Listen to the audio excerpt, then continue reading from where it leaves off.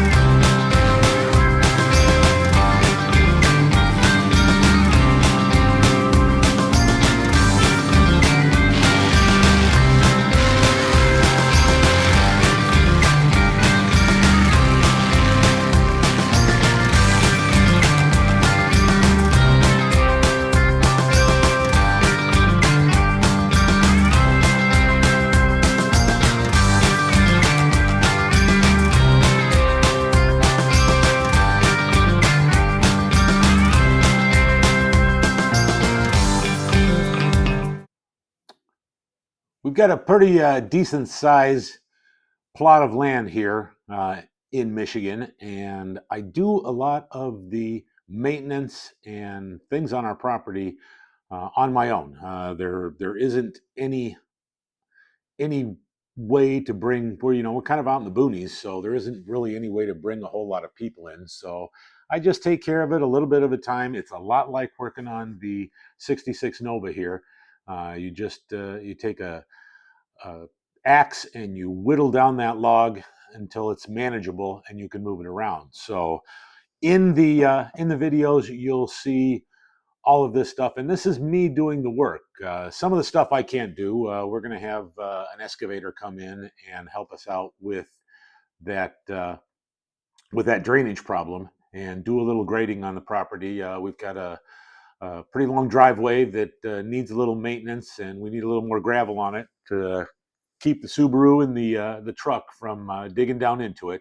So they're going to come in and they're gonna help us out here. When they come in and start working, I will video it and we'll put it out on the channel just so you can see what we're doing and how it's done. I know there's a lot of younger guys out there that have property or want to have property, and they need to understand the responsibilities that come along with having that property.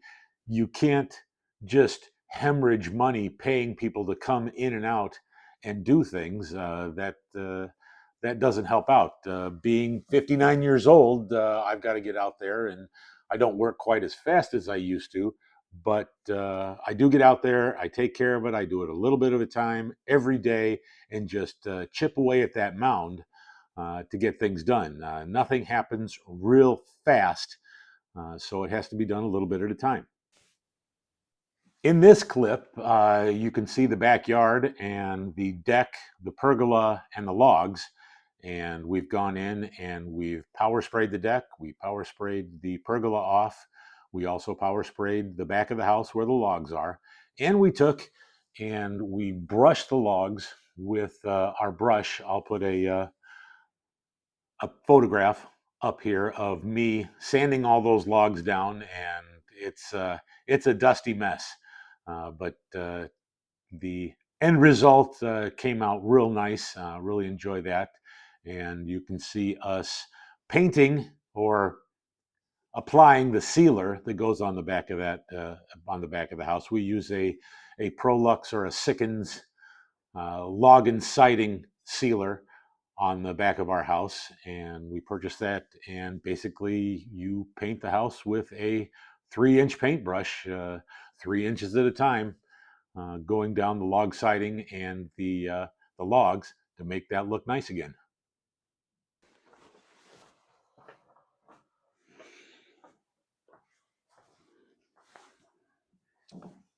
You can see in the background here the pups, George Paisley, Alfred Pennyworth, and Cody Barrel, coming in and taking a look, telling us how we're doing, being very supportive in our work out in the backyard. They love to be around when I'm working. The one thing that we want to make sure of is that we're keeping the dogs away from anything that might be dangerous for them. So I keep a close eye on them while I'm working in the backyard. We let the dogs kind of roam freely. I don't put any kind of pesticides or anything like that on our backyard. I don't spray dangerous chemicals on the house or on the deck or anything like that, for fear that they might get in those and it may get them sick or be exposed to them for any length of time. So we don't do a lot of chemical spraying or anything like that in the backyard where the dogs can get into that. We try and use natural remedies for flea and tick control in the backyard, and stuff like that. So enjoy the pups in the background and enjoy the video.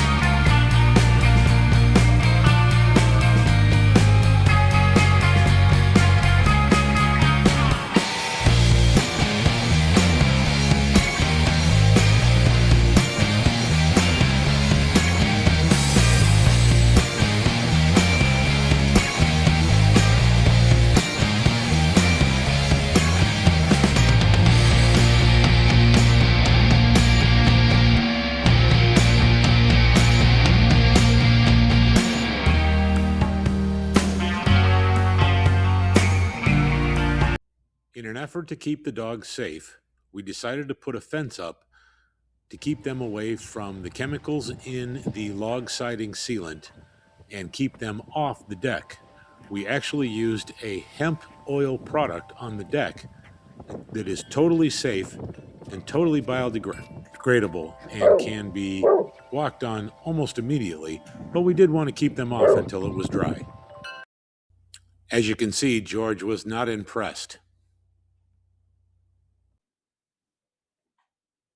One of the things that we've been working on is our next door neighbor has I believe it's a 2012 F350 truck that he has his camper on and uses that quite extensively to go camping and run down to Indiana and do a lot of things. Our neighbors are Greg and Denise Waldron, and they've been good neighbors with us for quite a long time. I've been friends with Greg for a while, and he asked me to give him a hand with his PowerStroke 6.7 diesel. Now, the PowerStroke 6.7 diesel has a Bosch pump on it, a Bosch fuel pump. And this fuel pump was designed for the European arena. And what happens here in America is that the pump fails and spreads that forbidden glitter throughout the fuel system. The fuel in Europe has a lot more lubricants in it than we do here in America. And what happens is that fuel pump has a cam lobe in it. And in low lubrication or lack of fuel in the system, the lifter on that in that pump can turn 90 degrees sideways and then just start grinding down as it pumps fuel into your fuel system. And that forbidden glitter goes throughout your fuel system and pretty much destroys it. So his truck had not had a problem yet, but this is a common problem that apparently happens on these 6.7 diesels. And I've heard that there are actually a lot of vehicles that run this CP4 fuel pump. And what we did is we did a CP4 fuel pump delete and installed an S&S DCR pump. And so I'll take you in. I'll show you a little bit about what's going on there. I didn't film a lot of us doing it. It actually took us 3 days, and we spent probably 8 hours a day working on Denise's truck. This is actually Denise's truck. This is her pride and joy.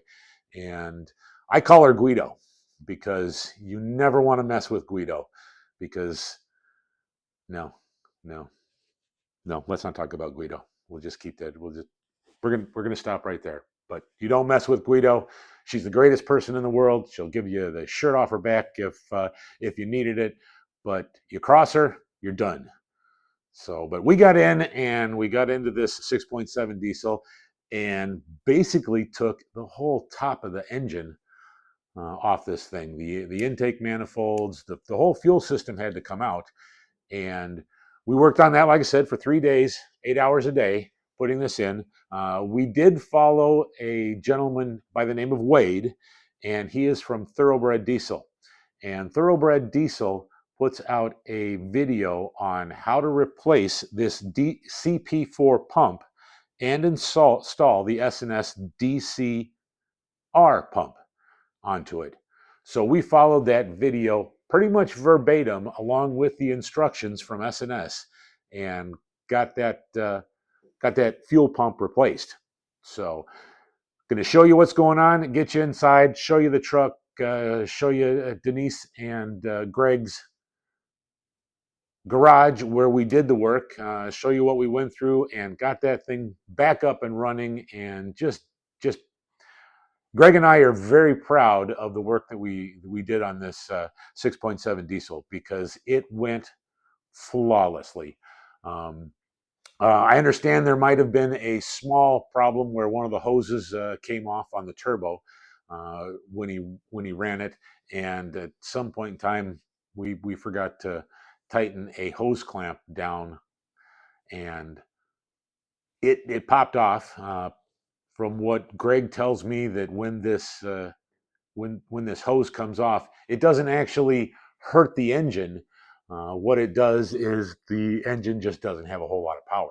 But he got that put back on, and again, that truck is back on the road and taking Denise and himself on their adventures wherever they go, camping, doing their thing. So sit back, relax, enjoy the video, and check out the CP4 6.7 diesel delete with a S&S DCR pump replacement.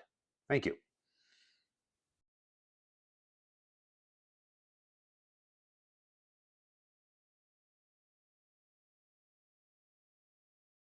Hey, this is me. It's a way to get up here.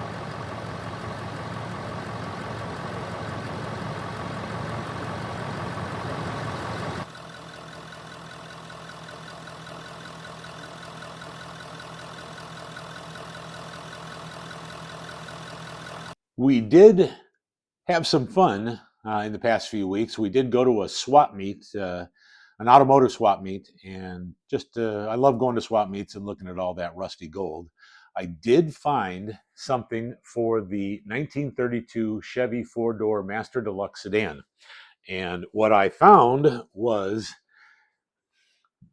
a new set, or well, new to me, an old set of headlights that are going to go on the 32 Chevy. And you can see those. They were real nice. Bought them from an old boy at the swap meet, an old hillbilly guy. He was pretty cool, but he would not deal with me. He wanted his money out of these things, and he wasn't going to give me a deal to save my life. But we purchased them anyways, and what we're going to do is we are going to take these headlights and we're going to put some new bulbs in them that are current bulbs, maybe a headlight or something like that. We're going to figure out a way to fabricate getting a nice bulb in here so that when we start working on that 32 Chevy, we can create good headlights for running down the road. While we're talking about the 1932 Chevy four-door Master Deluxe sedan, one of the things that I've always wanted to do was make tail lights and marker lights. Um, Over in my junk pile of hoarded things, I've got some V8 pistons that we're going to make marker lights out of. And I also have these pistons that came out of, I believe it was a Volvo Penta 600 horsepower engine in a marine application. And I'll put a photograph up in the top here showing what I'm going to do with these. But what we're going to do is we're going to take and put. Well, let me get something here real quick. Just set that down so I can set that down right there. What we're going to do is I've got some old serving trays, and they are copper serving trays, and they're big and round. And what I'm going to do is I'm going to put a flange on this piston, and that flange is going to bolt to the back of the car.